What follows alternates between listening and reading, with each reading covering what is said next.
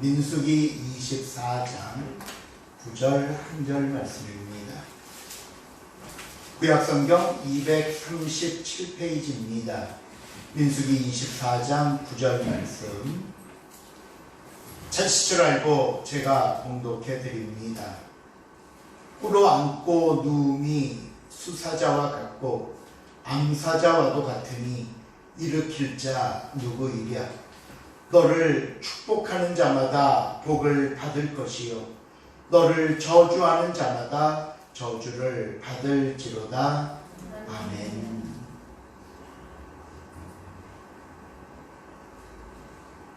지난 시간에 모압 왕 발락은 이스라엘과의 전쟁에서 승리하기 위해 먼저 발람을 불러 그들을 저주하도록 부탁합니다.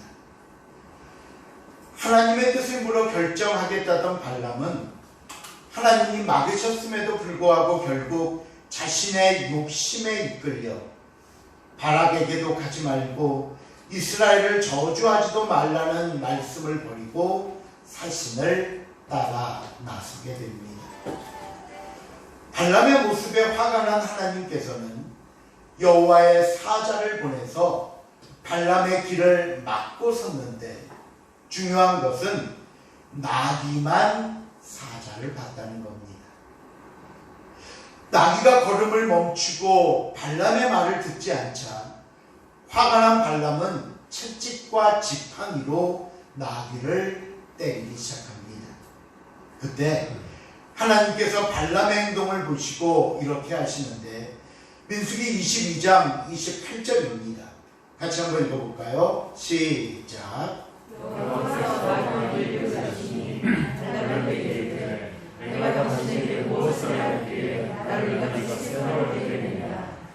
발람이 봐야 할 여호와의 사자를 보지 못하고 나귀가 보고 막는 걸 깨닫지 못하고 때리자 하나님은 나귀의 입을 여셨습니다. 그리고는 발람에게 말을 하게 하신 겁니다.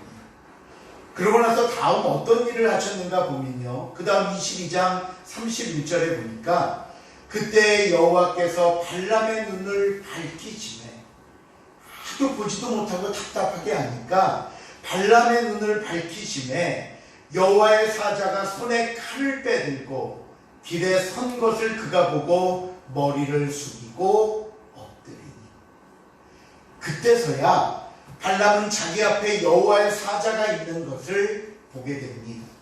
그런데 어떤 모습으로 서 있었다고요? 손에 칼을 빼들고.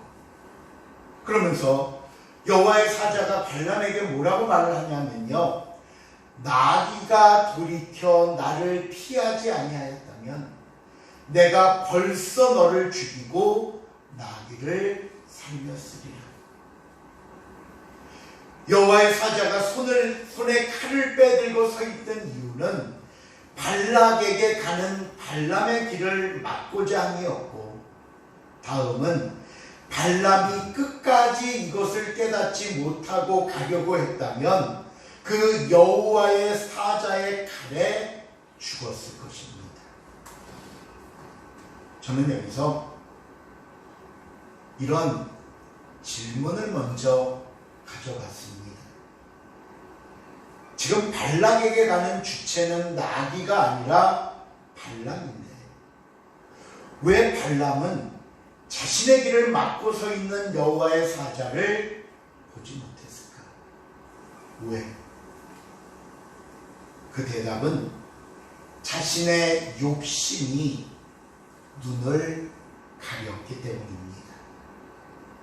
자기가 하고 싶은 것을 하려는 생각에만 사로잡히다 보니까 그것 이외의 다른 것은 생각하지도 못하고 보지도 못하게 됩니다. 그러니 보십시오. 주변에서는 다 아는데 본인만 모릅니다. 주변에서는 그것이 아니라고 말하는데 본인만 가능하다고 고집을 부립니다. 만일 오늘 저와 여러분이 혹시라도 이 발람과 같았다면 어떻게 해야 되는 줄 아십니까? 나귀의 말을 들으십시오.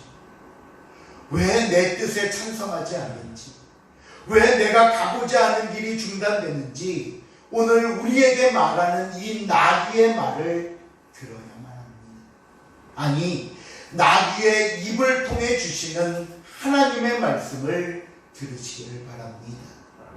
그런데 우리가 여기서 또 한 가지 실수하는 게 있습니다. 우리 민수기 22장 29절을 한번 보겠습니다. 시작. 하나님이 나에게 말하되 내가 나를 거역하기 때문이니 내 손에 칼이 있었다면 곧 너를 죽였으리라. 이 말씀의 의미가 뭡니까?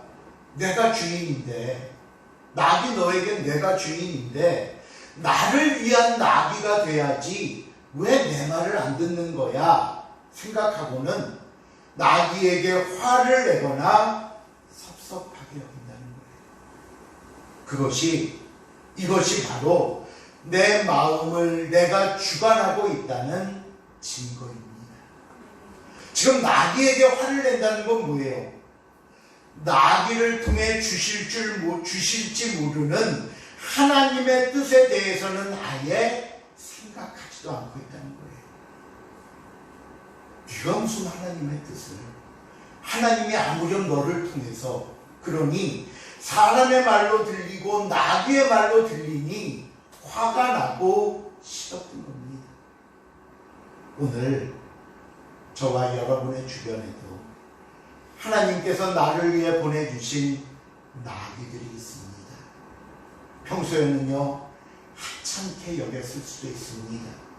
평소에는 그의 말에 귀 기울이지 않았을 수도 있습니다. 또 오늘 나귀가 발람에게 오죽하면 뭐라고 말하냐면요, 내가 언제 당신에게 이같이 하는 버릇이 있었더냐? 내가 언제 주인 말 안 들은 적 있습니까? 내가 언제 주인이 가자 하는데 싫다는 적 있습니까? 이건 뭐예요? 평소에는 언제나 내 말에 찬성하고 나를 응원하던 사람이었을 수도 있습니다. 그런데 그런 사람이 입을 열면 들어야 한다는 거예요. 그런 사람이 내 뜻과 달리 말하면 깨달으라는 겁니다. 지금 하나님의 뜻을 나에게 전달해주는 하나님이 보낸 사자이기 때문입니다. 나귀 덕분에 목숨을 건진 발람은 여호와의 사자 앞에 자신의 죄를 고백하고는 하나님, 만일 하나님께서 제가 가는 것을 기뻐하지 않으시면 지금이라도 발걸음을 돌리겠습니다 라고 말합니다. 그런데 하나님이 뭐라고 하시냐면요, 22장 35절입니다. 시작. 여호와의 사자가 발람에게 이르되 그 사람들과 함께 가라. 내가 너에게 이르는 말만 말할지니라. 발람이 발람의 부하들과 함께 가니라. 그냥 계속 가래요. 예? 중단하지 말고 그들과 함께 발락에게 가라고 말씀합니다. 저는 이 부분을 보면서 또 하나의 질문이 생겼습니다. 아니, 그냥 가게 하실 거면 왜 막으셨는데? 그렇잖아요. 아니, 나귀는 괜히 왜 매를 맞았고 왜 나귀에 입은 여신 이유가 뭔데요? 하나도 달라진 게 없잖아요. 그렇죠? 자, 여러분, 정말 달라진 게 없을까요? 달라진 게 있을까요? 없을까요? 있어요. 뭐가 달라졌어요? 아직 거기까지 우리가 대화가 안 돼 있어서 하나님의 뜻을 정확하게 자기 욕심을 버리고 하나님의 뜻을 순종하게 된 계기가 되는 거죠. 그것도 맞아요. 근데요, 아니, 분명히 처음 길을 나설 때와 지금 달라진 게 있습니다. 그것이 뭐냐면요, 나귀를 타고 가는 방법 똑같습니다. 자신을 데리러 온 고관들과 함께 가는 것도 똑같습니다. 자신을 부른 발락에게 가야 하는 것도 똑같습니다. 그런데 가장 중요한 것 한 가지가 바뀌었는데 그게 뭐냐면요, 발락에게 가는 목적이 바뀌었습니다. 처음 길을 나설 때는 이스라엘을 저주하러 갔습니다. 사신들이 들고 온 재물의 눈이 어두워져서 따라 나섰습니다. 자신의 욕심을 채우기 위해 떠난 길이었습니다. 그런데 지금은 하나님의 뜻을 전하러 갑니다. 하나님의 보냄을 통해 발락과 이방 민족에게 하나님이 누군지, 이스라엘이 어떤 민족인지 분명하게 가르쳐 주려고 떠나게 되는 것입니다. 하나님은요, 발람의 발걸음을 돌이키시지 않고 하나님의 뜻을 전하는 사심으로 바꾸셨습니다. 자, 이제부터 발람을 통해 일하시는 하나님의 모습을 한번 보시기를 바랍니다. 고관들을 따라간 발람은 발락의 극진한 대접을 받고 첫 번째 예언을 하기 위해 바알의 산당에 오릅니다. 그리고는 그가 그곳에서 들은 하나님의 말씀을 그대로 전하는데, 민수기 23장 8절입니다. 시작. 하나님이 저주하지 않으신 자를 내가 어찌 저주하며 여호와께서 꾸짖지 않으신 자를 내가 어찌 꾸짖으랴. 아무리 소문에 발람이 축복하면 복을 받고 발람이 저주하면 저주를 받는다 했더라도, 아니요, 하나님이 저주하지 않는 자를 저주할 수 없고 하나님이 꾸짖지 않는 자를 내가 꾸짖을 수 없습니다. 이 예언의 의미가 뭔 줄 아시겠습니까? 이스라엘 백성들은 자기 혼자만의 백성이 아니라 하나님께 속해 있는 민족임을 말하는 겁니다. 이스라엘이 애굽을 나온 것도 단순히 자기들이 모여서 자유를 얻으려고 탈출한 게 아니라 하나님께서 이 민족을 친히 이끌고 나오셨고 지금도 함께하는 민족이라는 것을 예언하는 겁니다. 그래서 그 다음 23장 9절 다시 한번 읽어보세요. 시작. 내가 자기에게서 그들을 보며 작은 산에서 그들을 바라보니 이 백성은 홀로 살 것이다. 그를 여러 민족 중에 하나로 여기지 않으리로다. 이 백성은 홀로 산다는 말이 뭐 고립되고 왕따당하고 외톨이가 된다는 말이 아니라 세상 다른 민족들과는 뚜렷하게 구별된 하나님의 민족으로 살 거라는 얘기입니다. 그러게 그 다음에 여러 민족 중에 하나로 여기지 않았다라는 말씀 또한 그저 여러 민족 중에 하나야 라는 의미가 아니라 하나님의 민족으로서의 독창성과 거룩함을 뒷받침하고 있는 겁니다. 지금 본문의 상황을 잘 생각해 보십시오. 발람이 이 예언을 누구 앞에서 합니까? 발락 앞에서. 이스라엘을 저주하기 원했고 무너뜨기를 원하는 이방 민족 앞에서 하나님은 발람의 입을 통해 분명하게 말씀합니다. 세상 그 누구도 이스라엘을 마음대로 대하거나 함부로 건드릴 수 없음을 선포하시는 겁니다. 오늘 저와 여러분의 정체성도 이와 같습니다. 세상에 많은 사람 중에 그저 한 사람이 아닙니다. 우리가 어쩌다 예수 믿게 됐고 어쩌다 이 예드림교회에 출석하게 돼서 어쩌다 이 자리에 앉아 있는 것 아닙니다. 이사야 43장 1절을 볼까요? 시작. 여호와 너를 창조하신 여호와께서 지금 말씀하시느냐. 이스라엘아 너를 지키시기가 말씀하시느냐. 너는 두려워하지 말라. 내가 너를 구속하였고 내가 너를 지명하여 불렀나니 너는 내 것이다. 오늘 하나님은 저와 여러분을 향해서도 말씀합니다. 우리 한 사람 한 사람은 창조전에 선택하셔서 이 세상에 보내셨고 우리의 이름을 직접 지명하여 부르셨습니다. 무슨 그물을 넓게 펴 던져 그물 안에 잡힌 고기를 낚듯 많은 사람 앞에 그저 무작위로 우리를 구원한 것이 아니라 하나하나 우리를 직접 부르셨습니다. 그러고 나서 저와 여러분에게 뭐라고 하시는지 분명하게 들으십시오. 너는 내 것이다. 하나님은 세상 앞에서, 하나님을 알지 못하는 많은 사람들 앞에서 저와 여러분이 누구인지 분명하게 말씀했습니다. 너는 나의 것이다. 너는 하나님의 것이다. 여러분, 이 놀라운 사실을, 저와 여러분의 행하신 이 엄청난 기적을 잊지 마시기를 바랍니다. 첫 번째 예언에 실망한 발락은 발람을 다른 곳으로 데려가서 이스라엘을 저주하기 위한 두 번째 예언을 해달라고 말합니다.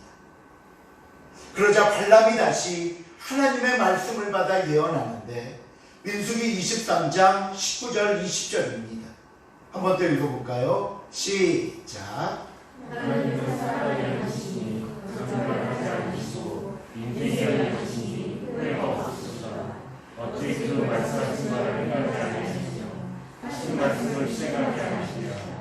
내가 축복한 것을 받았으니 그가 주신 복을 내가 보이지 않느냐. 이번에 하나님은 발람을 통해 하나님이 어떤 분인가를 보여주십니다. 하나님은 사람이 아니라 신이십니다. 이것이 가리키는 의미가 무엇인지 이어서 두 가지로 설명하는데, 하나는 그러기에 하나님은 무엇하지 않으신다? 거짓말하지 않으신다. 하나님이 약속하신 것은 반드시 받을 줄로 믿으시기 바랍니다. 때로는 아직 때가 되지 않아서, 때로는 아직 우리의 준비가 끝나지 않아서, 때로는 아직 우리가 깨닫지 못해서 마치 없는 것처럼, 마치 안 주시는 것처럼, 마치 말씀대로 하지 않는 것처럼 느껴질 때가 있지만 아니라는 겁니다. 하나님은 반드시 약속을 지키시는 분이십니다. 왜요? 하나님은 사람이 아니기 때문입니다. 두 번째, 하나님은 신이시기에 후회가 없으십니다. 이것은요, 저와 여러분을 향한 하나님의 계획에 실패가 없다는 겁니다. 하나님이 잘못 생각하시고 판단하셨다가 아이쿠 하며 돌이키시는 분이 아니라는 겁니다. 이것이 저와 여러분이 믿고 의지하는 우리 아버지 되시는 하나님이라는 사실, 이것을 또한 기억하시길 바랍니다. 두 번째 예언을 듣고 더 화가 난 발락은 발람을 부월산 꼭대기로 데려가 세 번째 예언을 하라고 말합니다. 여러분, 한번 생각해 보세요. 아무리 발람을 통해 저주를 듣고 싶었어도 상황이 이 정도 되면 깨닫고 포기할 만도 하지 않습니까? 하나님에 대한 두려움을 갖고 자신의 계획과 생각이 어땠건 이제는 내려놓을 만도 하잖아요. 안 되는구나. 하나님이 막으시는구나. 그런데 죄라는 것이 이렇게 끈질깁니다. 내가 원하는 것만을 생각하는 사람은 상황을 파악하기가 힘들어집니다. 마치 우리가 요나서를 통해서 배가 풍랑으로 깨질 지경이 됐는데도 뱀이 창에 들어가 나는 괜찮지, 나는 평안하지, 나와는 상관없지 훌클 잠만 자던 요나와 같다는 겁니다. 이게 실패로 끝날지 파멸로 마무리될지 모르고 그저 폭주하는 기관차처럼 달리기만 합니다. 그러자 하나님은 발람을 통해 세 번째 예언을 주시는데 민수기 24장 9절, 바로 제가 처음 읽었던 본문의 내용입니다. 거기 보면 하나님이 이렇게 말씀합니다. 너를 축복하는 자마다 복을 받을 것이요 너를 저주하는 자마다 저주를 받을 것이다. 이제는 단순히 이스라엘을 향하는 저주를 막는 것에서 끝나지 않습니다. 뭐라고요? 이스라엘을 축복하는 자는 복을 받고 이스라엘을 저주하는 자는 저주를 받을 것이다. 그러면 이 말씀을 바꾸면요, 발락이 계속 이스라엘을 저주하려고 애쓰면 애쓸 때마다 그 저주가 누구한테 돌아간다고요? 발락에게. 발락 이 자신에게 돌아갈 거라는 말씀입니다. 그런데 이 하나님의 예언을 다시 보시면요, 이 예언이 여기 처음 나오는 말씀이 아닙니다. 가장 먼저 이 예언의 말씀을 언제 어디서 주셨냐 하면 창세기 12장 1절과 2절입니다. 같이 한번 읽어봅니다. 창세기 12장 시작. 여호와께서 아브라함에게 이르시되 너는 너의 고향과 친척과 아버지의 집으로 떠나 내가 네게 보여줄 땅으로 가라. 내가 너로 큰 민족을 이루고 내게 복을 주어 내 이름을 창대하게 하리니 너는 복이 되리라. 아브라함이 하나님의 부르심을 받아 저 메소포타미아 지역에 있는 갈대아 지방의 우르라는 도시를 출발합니다. 그리고 하란에 머물러 있을 때인데, 하란은 이제 메소포타미아 문명이 넘어서 가나안 땅으로 들어오는 가장 변방에 있는 도시입니다. 넘어가면 가면 되는데 머뭇거리고 가지를 못합니다. 이거는요, 그냥 어디 다른 동네로 이사 가는 게 아니라 외국으로 이민을 가는 거와 같은 거고요. 오늘날처럼 치안이나 법이 발달된 게 아니라 다른 나라 낯선 곳에 들어간다는 것은 언제나 생명의 위협과 재산을 다 빼앗길 수 있는 힘든 상황에 내몰리는 겁니다. 그러니 머뭇거리고 있어요. 그러자 하나님은 그동안 이 여행을 주도해 오던 아브라함의 아버지 데라를 거기서 죽게 하고 이제 혼자서 모든 책임을 짊어지고 모든 결정을 해야 하는 아브라함에게 약속으로 주시는 말씀입니다. 아무 걱정하지 말고 가나안 땅으로 들어가라. 걱정하지 마. 내가 너로 큰 민족을 이루게 할 것이고 내 이름을 창대하게 할 것이며 너는 복이 될지라. 그러면서 이 복이 된다는 말의 의미를 그 다음 3절에서 뭐라고 이어 설명하냐 하면요, 읽어봅니다. 창세기 12장 3절 시작. 너를 축복하는 자에게는 내가 복을 내리고 너를 저주하는 자에게는 내가 저주하리니 땅의 모든 주들이 너로 말미암아 복을 얻을 것이라 하셨습니다. 하나님은 왜 두려워하는지 아셨습니다. 사실 아브라함에게는요, 금은보화보다 소중한 게 내 생명 지킬 수 있을까? 우리 가족 안전할까? 그거죠. 그때 하나님이 주시는 겁니다. 네가 두려워하는 거 잘 안다. 왜 염려하고 불안해하는지도 안다. 하지만 걱정하지 마라. 그곳에서도 내가 너와 함께해서 너를 축복하는 자를 축복하고 너를 저주하는 자를 저주하리라. 그러므로 모든 사람이 그걸 보면서 네가 하나님의 자녀임을, 네가 하나님의 특별한 사람임을 알게 하리라 말씀한 겁니다. 오늘 이 예언과 약속의 말씀이 동일한 상황 속에 놓여 있는 저와 여러분에게 주시는 위로요, 응답인 줄로 믿으시기를 바랍니다. 우리가 하나님을 믿는 믿음으로 살아야 하는 분명한 이유가 된다는 사실 또한 잊지 마시길 바랍니다. 저와 여러분은 세상에 내버려진 사람들 아닙니다. 나 혼자 힘으로 아둥바둥 살아야 하는 사람들도 아닙니다. 저와 여러분은요, 하나님의 복을 받은 사람들입니다. 말씀을 맺습니다. 처음 발걸음은 저주를 위한 시작이었고 발람 개인의 욕심을 채우고자 하는 발걸음이었지만 하나님은 악을 선으로 바꾸셨습니다. 오히려 발람의 예언을 통해 하나님이 어떤 분인가를 세상에 선포하게 하셨고 이스라엘이 그리고 하나님의 자녀인 저와 여러분이 얼마나 특별하고 소중한 사람인가를 분명히 보여주신 것입니다. 그리고 마지막으로 오늘 본문을 통해 우리에게 주신 약속과 응답이 뭡니까? 너를 축복하는 자마다 복을 받을 것이고 너를 저주하는 자마다 저주를 받을 것이다. 여러분, 세상에서 이거보다 더 든든한 말씀이 어디 있겠습니까?